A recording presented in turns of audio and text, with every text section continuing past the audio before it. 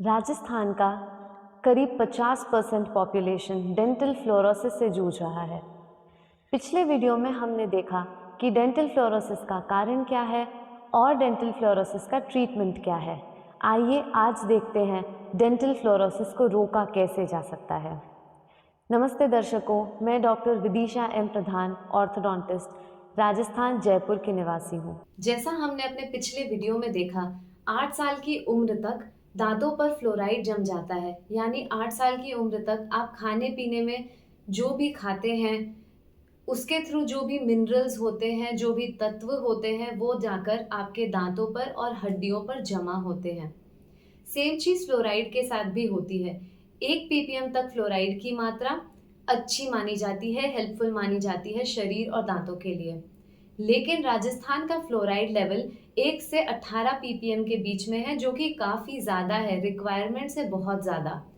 तो ये जो एक्सेस मात्रा में फ्लोराइड है, वो दांतों के लिए अच्छा नहीं बल्कि बुरा असर करता है। आइए देखते हैं फ्लोरोसिस को रोका कैसे जा सकता है। राजस्थान गवर्नमेंट ने डीफ्लोरिडेशन प्रोजेक्ट्स चालू किए हैं। यानी आपके पास जो पानी आता है सप्लाई का, वो डायरेक्ट ग्राउंड वाटर या डायरेक्ट भूजल नहीं आता। वो भूजल निकालकर पहले गवर्नमेंट सप्लाई में डीफ्लोरिडेशन प्लांट्स में जाता है। वहां से उनका ट्रीटमेंट करके उनसे फ्लोराइड निकाला जाता है, फ्लोराइड कम किया जाता है, और फिर वो सप्लाई का पानी आपके पास आता है। तो आपके पास जो सप्लाई का पानी आ रहा है, उसमें फ्लोराइड की मात्रा काफी रेगुलेटेड है। तो इस सप्लाई के पानी को आप खान पान के इस्तेमाल में ले सकते हैं। दूसरी चीज ये ध्यान रखें कि डायरेक्ट जो ग्राउंड वाटर का सप्लाई है, यानी डायरेक्ट भूजल का सप्लाई, जैसे ट्यूबवेल, बोरवेल, ऐसी जो भी चीजें हैं, इनसे कभी पानी डायरेक्ट न पिए। इनमें फ्लोराइड की मात्रा सबसे ज्यादा है। बिना डीफ्लोरिडेशन ट्रीटमेंट्स के इस पानी को अपने शरीर में लेना हानिकारक हो सकता है। घर में पीने के पानी के लिए आप आरओ प्लांट्स या एल्यूमिना फिल्टर्स लगा सकते हैं। आजकल ये आरओ प्लांट्स, आरओ फिल्टर्स बहुत कॉमनली मिलते हैं, बहुत सारी कंपनीज इन्हें बनाती हैं। आप अपने हिसाब से कोई भी एक फिल्टर घर में लगा सकते हैं। दूसरा सवाल जो लोग ये करते हैं कि क्या पानी को बॉईल करने से उसमें फ्लोराइड की मात्रा कम होती है। कई स्टडीज के बाद ये पता चला है कि पानी को बॉईल करने से उसका फ्लोराइड पर कोई असर नहीं होता है। यानी पानी को बॉईल करने से उसमें कीटाणु तो जरूर मरते हैं, लेकिन फ्लोराइड कम नहीं होता। तो इस ट्रीटमेंट के बाद आपका पानी फ्लोराइड से सेफ नहीं है। ये तो हो गई पानी की बात। अब आते हैं खाने पे।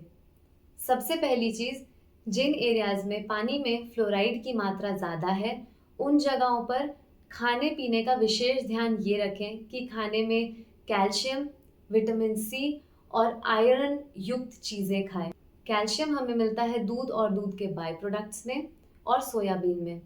आयरन हमें मिलता है बीटरूट में, पालक में, पालक जैसी दूसरी हरी पत्ती वाली सब्जियों में, केले में। और विटामिन सी हमें खट्टे फल और सब्जियों में मिलता है, जैसे कि संतरा, आंवला, नींबू। तो अपने खाने में इन तीनों चीजों की मात्रा ज्यादा रखें। अब देखते हैं ऐसी कौन सी चीजें हैं जो हमें खाने में अवॉइड करनी है। सबसे पहले तो कैंड फ्रूट जूसेस, यानी जो पैक्ड फ्रूट जूसेस आते हैं, उन्हें अवॉइड करना है। तंबाकू, सुपारी और साथ में ब्लैक टी भी अवॉइड करनी है। इन सारी चीजों में फ्लोराइड का कंटेंट ज्यादा रहता है। और आखिरी टिप आप ये याद रखें कि जब आप अपने बच्चों के लिए टूथपेस्ट खरीद रहे हैं, तो उसका कंटेंट पलट कर जरूर पढ़ें और देखें कि उसमें फ्लोराइड है या नहीं है। छोटे बच्चों को आप नॉन फ्लोरिडेटेड टूथपेस्ट यानी फ्लोराइड फ्री टूथपेस्ट दे सकते हैं। और वो इसलिए क्योंकि बाय चांस आपके बच्चे ने अगर टूथपेस्ट निगल भी लिया ब्रश करते वक्त, तो उनके सिस्टम में एक्स्ट्रा फ्लोराइड नहीं जाएगा। उम्मीद है ये सारी इन्फॉर्मेशन आपके लिए हेल्पफुल थी। अगर आपको फ्लोरोसिस, डेंटल फ्लोरोसिस से रिलेटेड या डेंटिस्ट्री से रिलेटेड और कोई भी डाउट हो, तो कमेंट सेक्शन में मैसेज ज़रूर करें। मैं ऐसे और इन्फॉर्मेटिव कंटेंट्स बनाती रहूँगी। ऐसी चीज़ें देखने के लिए मुझे लाइक, फॉलो और सब्सक्राइब ज़रूर करें। धन्यवाद।